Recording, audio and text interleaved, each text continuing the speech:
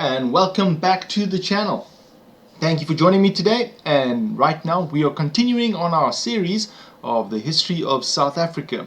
We ended with the Bantu people, and now we're going to continue with the colonization, the Portuguese role.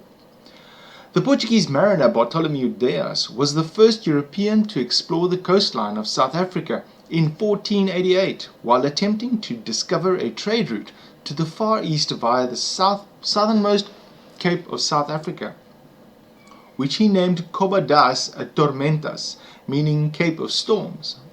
In November 1497, a fleet of Portuguese ships, under the command of the Portuguese mariner Vasco da Gama, rounded the Cape of Good Hope.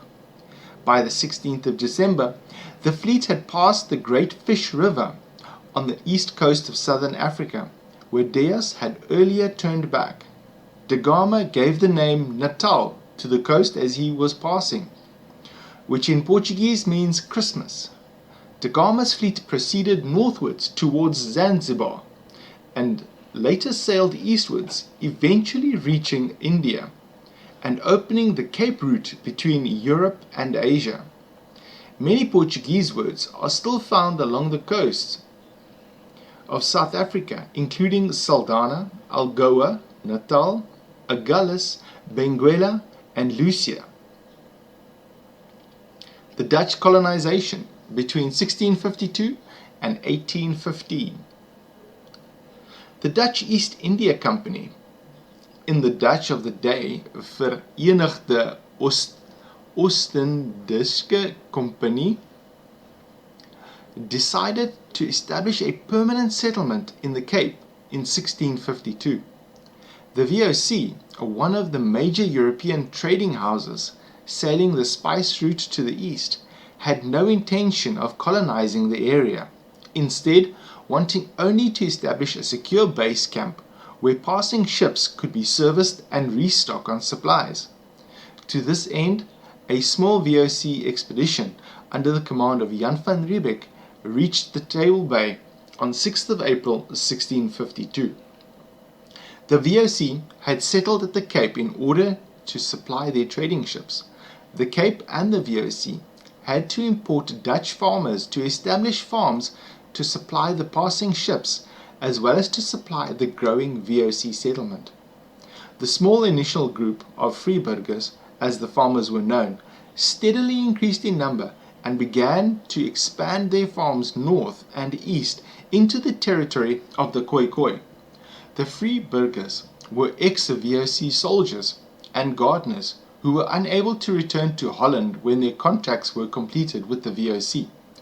The VOC brought some 71,000 slaves to Cape Town from India, Indonesia, East Africa, Mauritius, and Madagascar. The majority of burghers had Dutch ancestry and belonged to the Dutch Reformed Church, but there were also some Germans who often happened to be Lutherans. In 1688, the Dutch and the Germans were joined by French Huguenots, Calvinist Protestants fleeing religious persecution in France under the Catholic ruler, King Louis XIV.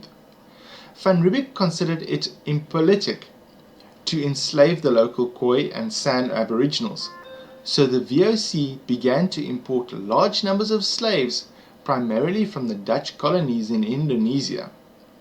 Eventually, Van Riebeeck and the VOC began to make indentured servants out of the Khoi and the San. The descendants of unions between the Dutch settlers and the Khoi San and the Malay slaves became officially known as the Cape Coloreds and the Cape Malays, respectively. A significant number of the offspring from the white and slave unions were absorbed into the local Proto-Afrikaans speaking white population. The racially mixed genealogical origins of many so-called white South Africans have been traced to interracial unions at the Cape between the European occupying population and imported Asian and African slaves, the indigenous Khoi and San, and their vari-hued offspring. Simon van der Stel, the first governor of the Dutch settlement, famous for his development of the lucrative South African wine industry, was south of mixed origin. British colonization, Mfecane and the Boer Republics between 1815 and 1910. British at the Cape. In 1787, shortly before the French Revolution, a faction within the politics of the Dutch Republic, known as the Patriot Party, attempted to overthrow the regime of Stadtholder Willem V. Though the revolt was crushed, it was resurrected after the French invasion of the Netherlands in 1794 and 1795, which resulted in the Stadtholder fleeing the country. The Patriot Revolutionaries, when proclaimed the Batavian Republic, which was closely allied to revolutionary France. In response, the Stadtholder, who had taken up residence in England, issued the Q letters, ordering colonial governors to surrender to the British. The British then seized the Cape in 1795 to prevent it from falling into French hands. The Cape was relinquished back to the Dutch in 1803. In 1805, the British inherited the Cape as a prize during the Napoleonic Wars, again seizing the Cape from the French-controlled Kingdom of Holland, which had replaced the Batavian Republic. Like the Dutch before them, the British initially had little interest in the Cape Colony, other than as a strategically located port. As one of their first tasks, they outlawed the use of the Dutch language in 1806, with the view of converting the European settlers to the British language and culture. The Cape of Articles of Capitulation of 1806 allowed the colony to retain all their rights and privileges which they have enjoyed hitherto. And this launched the South Africa on a divergent course from the rest of the British Empire, allowing the continuance of Roman Dutch law. British sovereignty of the area was recognized at the Congress of Vienna in 1815, the Dutch accepting a payment of £6 million for the colony. This had the effect of forcing the Dutch colonists to move or trek away from the British administrative reach. Much later, in 1820, the British authorities persuaded about 5,000 middle-class British immigrants, most of them in trade, to leave Great Britain. Many of the 1820 settlers eventually settled in Grahamstown and Port Elizabeth. British policy with regard to South Africa would vacillate with successive governments, but the overarching imperative throughout the 19th century was to protect the strategic trade route to India while incurring as little expense as possible within the colony. This aim was complicated by border conflicts with the Boers, who soon developed a distaste for British authority. European expansion of the interior. Colonel Robert Jacob Gordon and the Dutch East India Company was the first European to explore parts of the interior while commanding the Dutch garrison he renamed the Cape of Good Hope from 1780 to 1795. The 4 expeditions Gordon undertook between 1777 and 1786 were recorded in a series of several hundred drawings known collectively as the Gordon Atlas, as well as his journals, which were only discovered in 1964. Early relations between the European settlers and the Xhosa, the first Bantu peoples they met when they ventured inward, were peaceful.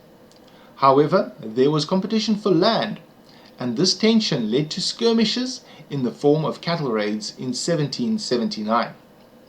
The British explorers David Livingstone and William Oswell, setting out from a mission station in the Northern Cape Colony, are believed to have been the first white people to cross the Kalahari Desert in 1849.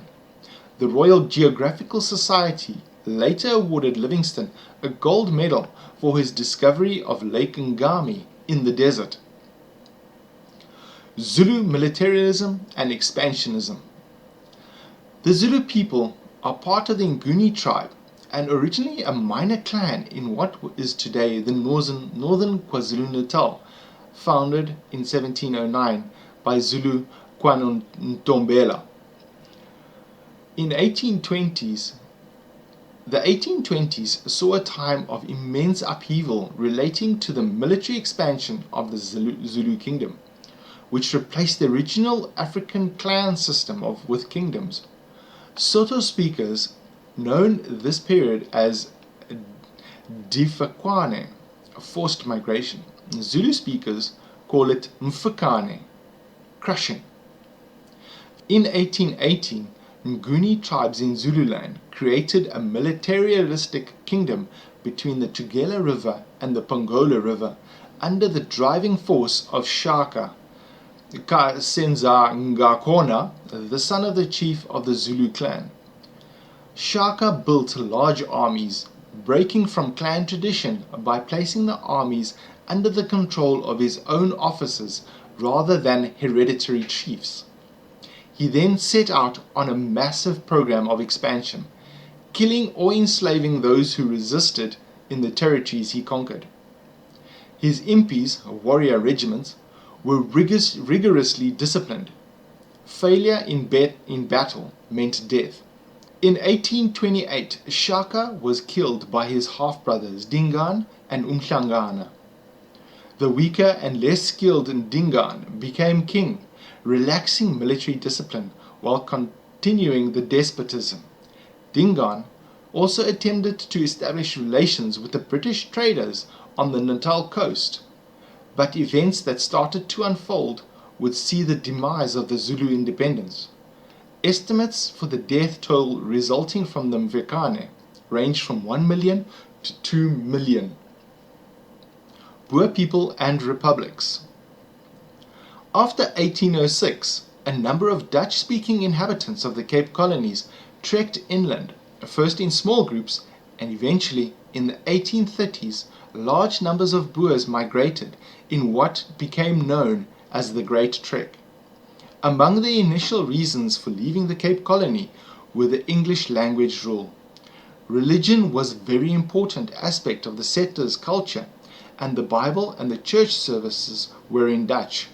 Similarly, schools, justice, and trade up to the arrival of the British were all managed in the Dutch language. The language law caused friction, distrust, and dissatisfaction. Another reason for the Dutch-speaking white farmers trekking away from the Cape was the abolition of slavery by the British government on Emancipation Day, 1st of December 1838. The farmers complained that they could not replace the labor of the slaves without losing an excessive amount of money. The farmers had invested large amounts of capital in slaves. Owners who had purchased slaves on credit or put them up as surety against loans faced by financial ruin. This caused further dissatisfaction amongst the Dutch settlers. The settlers incorrectly believed that the Cape Colony administration had taken the money due to them as payment for freeing their slaves. Those settlers who were allocated money could only claim it in Britain in person or through an agent. The commission charged by agents was the same as the payment for one slave. Thus, those settlers only claiming for one slave would receive nothing.